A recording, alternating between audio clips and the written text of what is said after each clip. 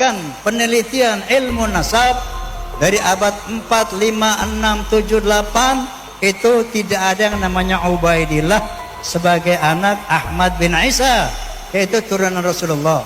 Tahun ini jelaslah bahwa sampai saat ini terkonfirmasi dari 3 ilmu ini bahwa kaum Ba'alawi bukan turunan Rasulullah. Assalamualaikum warahmatullahi wabarakatuh teman-teman. Gimana kabarnya hari ini? Semoga dalam keadaan sehat walafiat.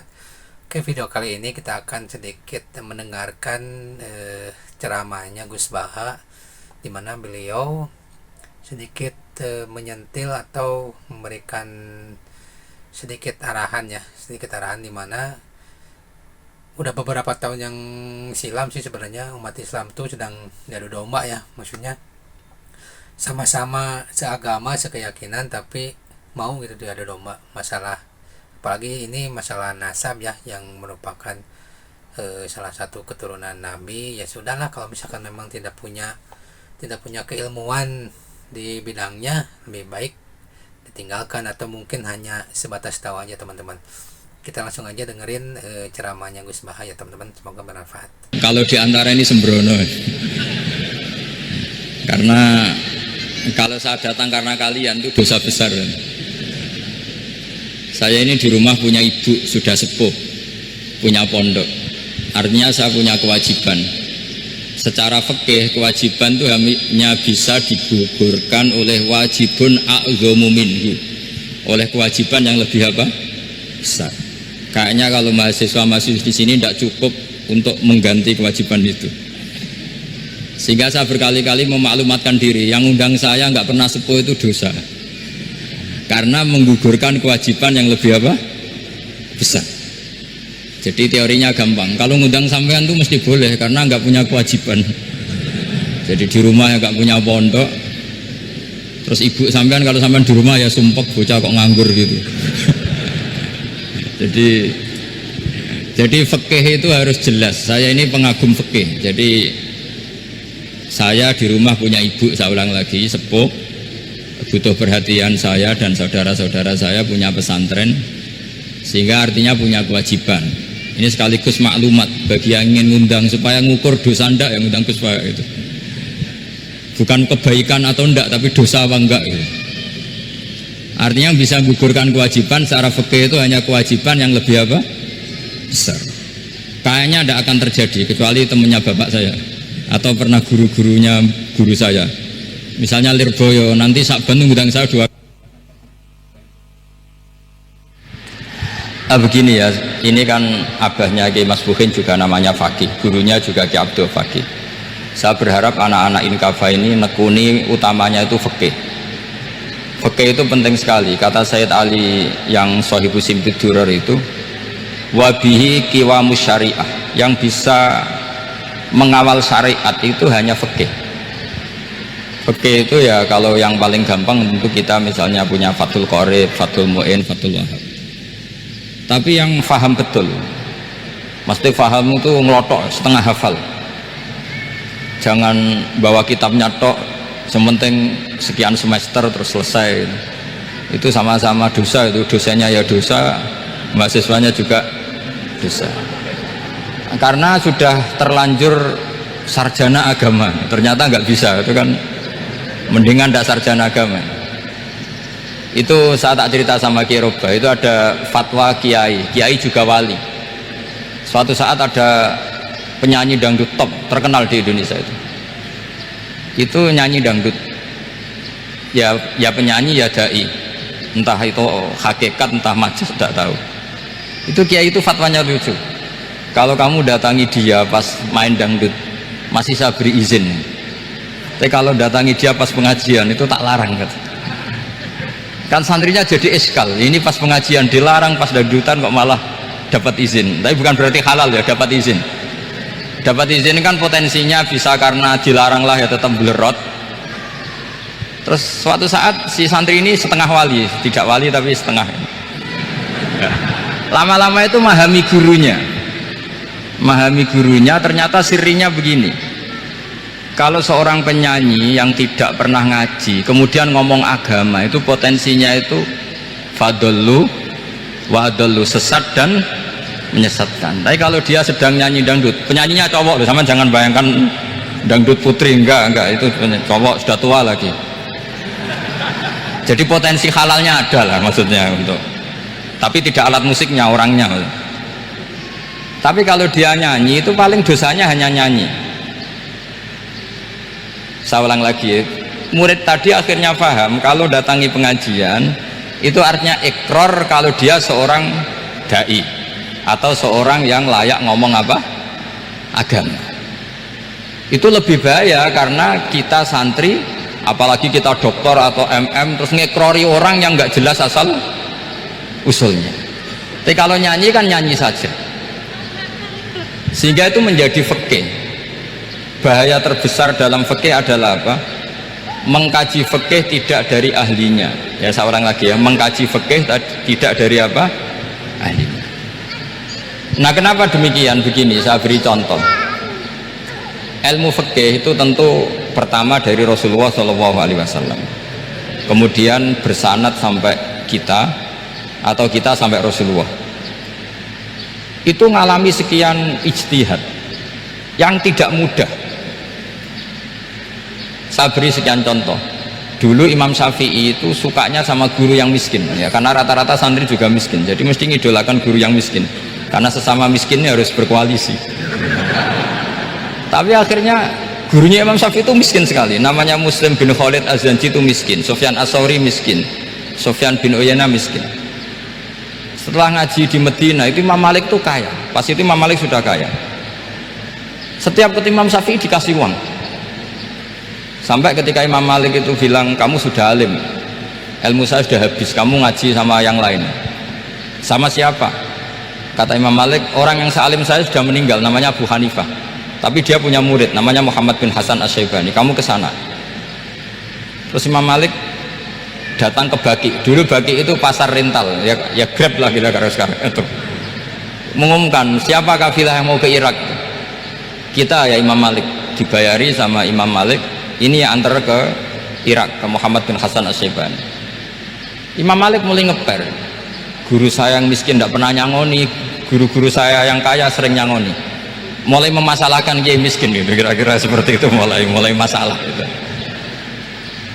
Setelah datang ke Irak di Muhammad bin Hasan Asy-Syaibani itu si Muhammad bin Hasan Asy-Syaibani itu kalau ngitung uang itu di meja tamu. Jadi punya emas lantaan, punya uang, kira-kira kalau Indonesia punya rupiah, punya dolar, dihitung itu di ruang tamu. Kata Imam Syafi'i, saya dengan Imam Malik saja nggak serik, ini lebih kedonyan lagi kiai. Ngitung uang itu di ruang tamu. Terus akhirnya si Muhammad bin Hasan Asy-Syaibani ini ahlul usul, dia pakar usul. Kamu heran sama saya? Iya, kiai kok kedonyan, dia ngomong gitu. Tapi kata Muhammad bin Hasan Asy-Syaibani, kalau kiai tidak boleh kaya, itu tak kayak nawang fasik, ben gue demenan, gue mabuk. Oh jangan, nanti dipakai maksiat. Penjenengan mawon kersane digetoan, berarti kiai oleh sugih, pun angsal-angsal.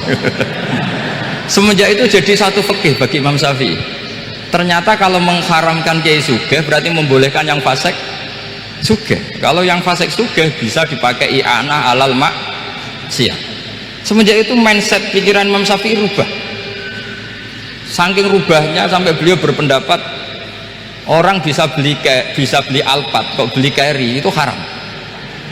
Bisa jadi bupati kayak Pak Roba, kok jadi RT haram. Pokoknya gitu. Bisa keren Kak Gus Bah, kok jadi orang pendengar haram. Pokoknya haram terus. Karena dalil beliau al-Islam ya'lu wala yu'la alaih. Coba sampean ridho misalnya jadi orang Gresik dipimpin orang yang nggak sholat, ridho ndak? Ndak. Atau sholat tapi nggak bisa ngaji, ridho ndak? Ketika yang bisa ngaji berpotensi jadi bupati, terus keterusan. Karena Imam Syafi'i keterusan, ya umatnya keterusan. Akhirnya orang-orang Syafi'i itu politikus rata-rata. Ya makanya sama jangan kaget sama Barubah. Kakak saya wakil bupati itu, putranya Mbah Mun ada yang wakil apa? Gubernur. Dulu Gus Wahid ya menteri agama. Itu asal usul dari perubahan fikih, mindset, cara berpikir Imam siapa? Syafi'i. Jadi dulu itu fikih ditemukan itu jelimet, ada perdebatan. Itu tidak hanya pada level ulama, pada level Nabi pun ada perdebatan. Jadi jangan kira Nabi itu tidak debat, ya debat. Nabi itu asal seangkatan itu mesti debat, termasuk debat dengan malaikat. Jadi kalau perlu ya debat sama apa? Karena malaikat itu kan lugu itu gak iso mikir. Karena kalau malaikat iso mikir bisa jadi rektor. Nanti kasihan Pak Salam itu. Malaikat gak boleh jadi rektor. Malaikat Israel itu nggak tahu etika. Jadi beliau ketika mau mencabut nyawanya Ibrahim datang, ya Ibrahim, saya ini disuruh nyabut nyawa kamu. Kata Ibrahim, wah kamu itu pasti salah. Kamu tahu saya siapa? Saya ini Khalilur Rahman, kekasih Allah. Masa kekasih membunuh yang dikasih? Ini nggak bener, logika itu nggak bener. Pasti kamu salah. Karena Israel itu tidak bisa debat. Ketika ditanya, hal ra'aita khalilan yumitu khalilah, masa kekasih membunuh yang dikasih? Saya ini Khalilur Rahman, masa Allah mencintai saya kemudian membunuh saya? Itu logika agak bener. Tidak, keliru, kamu itu keliru. Israel akhirnya terbang lagi. Ya Allah, katanya logika saya ini salah. Karena masa kekasih membunuh yang dikasih? Karena Israel nggak pernah sekolah, nggak bisa dia jawab. Akhirnya diajarin Allah. Dah kamu bilang gini ke Ibrahim, hal ra'aita khalilan yakrahu ayyalqa khalilah, masa kekasih tidak siap ketemu yang dikasih? Dibalik logikanya. Akhirnya datang lagi ke Israel, kata Allah begini, masa jenengan kekasihnya tidak siap ketemu yang kau kasih? Oh ya ya, oke, mati gak apa-apa. Jadi ilmu itu ngalamin perdebatan. Jadi saya datang murni karena Kiai Mas Bukin, bukan karena MC. Itu dosa besar kalau saya datang karena MC. Karena saya punya kewajiban yang lebih besar. Jadi yang bisa mengalahkan adalah a'dzama minhu, yang super besar kira-kira gitu. Karena jelas ada riwayat inna min abaril birri silatar rajuli ahla wuddi abi.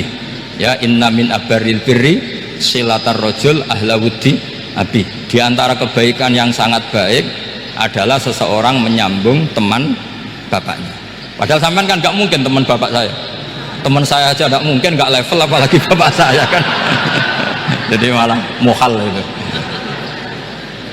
Jadi ilmu itu harus mengalami satu gesekan, karena logika itu bisa dibalik. Nah karena ilmu itu mengalami satu gesekan, satu logika yang bisa kayak iya kayak enggak, sehingga jargon di dunia ijtihad itu begini, ra'yuna shawabun yahtamilul khata' wa ra'yuka khata'un yahtamilus shawab. Pendapat saya benar tapi mungkin salah, tapi pendapat kamu taruhannya salah dulu tapi ya mungkin benar. Jadi mujtahid, kalau ketemu mujtahid itu lucu ngomongnya, itu ra'yuna shawabun yahtamilul khata', pendapat saya tarifnya benar dulu tapi ya mungkin salah. Kalau pendapat kamu salah tapi ya mungkin benar, atau mungkin bisa salah, ya tidak tahu, pokoknya mungkin benar. Nah kenapa demikian? Begini, di luar masalah tauhid, saya ulang lagi, di luar masalah tauhid itu tentu ada masalah-masalah yang sifatnya ijtihadiyah. Ya saya ulang lagi, yang sifatnya apa? Ijtihadiyah.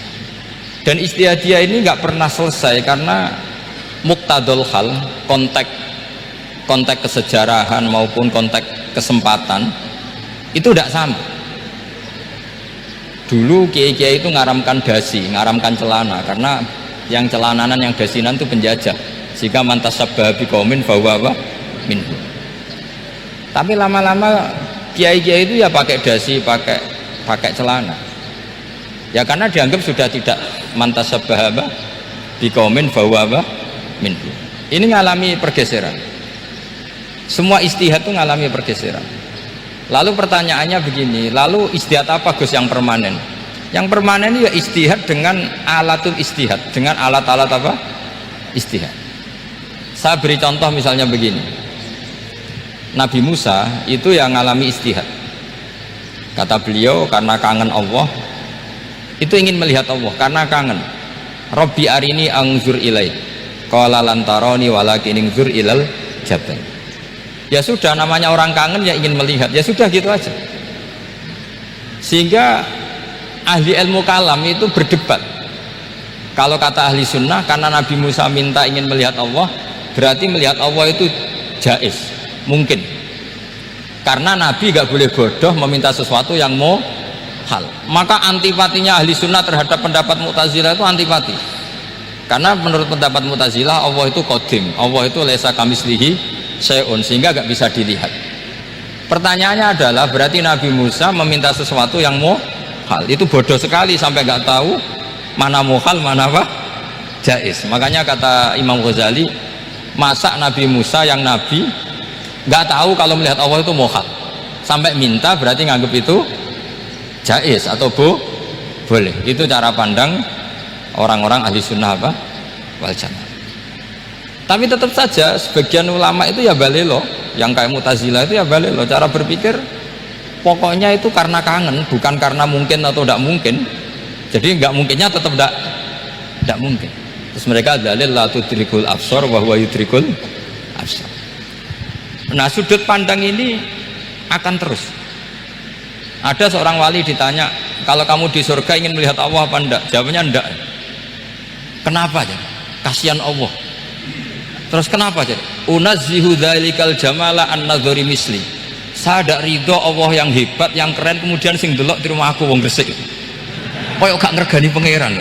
Sebenarnya sing delok Allah ben golongane Nabi Muhammad, Nabi Ibrahim, kowe ora usah ngilangi keren maksudnya itu. Jadi ada ulama itu jadi wali kalau sholat itu karena di soft belakang, tapi jangan ditiru. Itu kan gak lazim ya, lazimnya kan afdhalus sufuf tak soful awal. Ketika ditanya kenapa kamu kalau sholat di belakang, cek GR koyok wani suwan pangeran gue ngarep, aku sungkan berarti gue gurih. Kalau sampean kan karena males, bukan karena sungkan. Jadi itu artinya rasa ya. Makanya nggak bisa, nggak ada ijtihad itu tidak mungkin, karena perasaannya orang itu beda-beda. Itu Sayyid Abdul Al-Haddad itu kalau ngendikan masyhur, man da'a li dzalimin bil baqa faqad ahabba yusawwah fi ardi. Orang yang mendoakan orang fasik masih hidup, gak mati-mati, itu berarti suka kalau Allah dimaksiati di buminya. Wong fasik kelakuannya rak maksiat, nak mbok dongakno mari, itu berarti kamu ingin Allah didurakani terus menerus karena si fasik masih hidup. Tapi kalau Abdul Hasan As-Sadili cara ngendikan gini, kalimatnya persis, man ahabba alla yusawwahu fi ardi faqad ahabba alla tadhara maghfiratuh. Orang yang ingin dunia ini steril, gak ada maksiat, maka sama saja berkeinginan tidak melihat luasnya maghfirahnya Allah. Sama-sama wali besar, tapi cara pandang hubungannya dengan Allah seperti itu. Jadi mau tidak mau, istihad itu mau tidak mau. Makanya tidak usah dipertentangkan misalnya cara berpakaian, cara apa, yang penting sesuai aturan Islam ya sudah. Karena ini urusan rasa. Urusan apa? Rasa. Itu Syekh Hasan Basri itu sering jagongan sama Robiah Hadawiyah. Itu secara fikih salah. Tapi pas itu ulama fikih ditanya, kenapa Anda tidak komentar terhadap dua wali besar yang sering ketemu? Andaikan semua santri seperti itu akan saya halalkan, kata. Karena nggak mungkin punya nafsu. Sehingga fikih dulu memang masih asli. Kamu lihat di takrib misalnya, lelaki melihat perempuan itu nggak boleh kecuali sekian alasan. Termasuk boleh itu litaklim karena mengajar, atau lil muamalah. Lah ini yang mulai masalah. Ada warung kopi, penjaganya cantik, santri-santri ngopi, ini lil muamalah kan kasus ya. Mau disalahkan tuh ada takbirnya, mau dibenarkan ini jelas fasik kan, jelas fasik. Matanya sudah fasik sebelum itu, ditambah itu, jadi fasiknya permanen. Nah pertanyaannya adalah, kalau kamu ngajar mbak-mbak kemudian hafal yang cantik yang enggak, itu taklim lin nazar apa nazar li taklim? Itu taklim apa modus?